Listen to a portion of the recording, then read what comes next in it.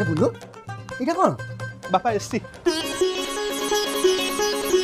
এটা ঠান্ডা মেশিন না এ বুঝিলা বাসন্তি মো রুম র ফ্যানটা খারাপ হইতলা মো কো কইতিনি সজাড়িও বলি সজাড়িও কোন মো পাই গোটা ঠান্ডা মেশিন নেই কিনি আইছি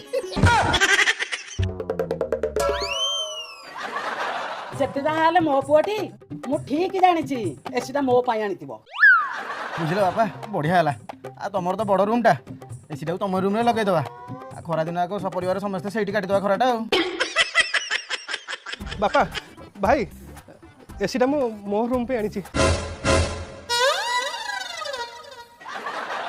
কোন এসে তো পাই আনিছু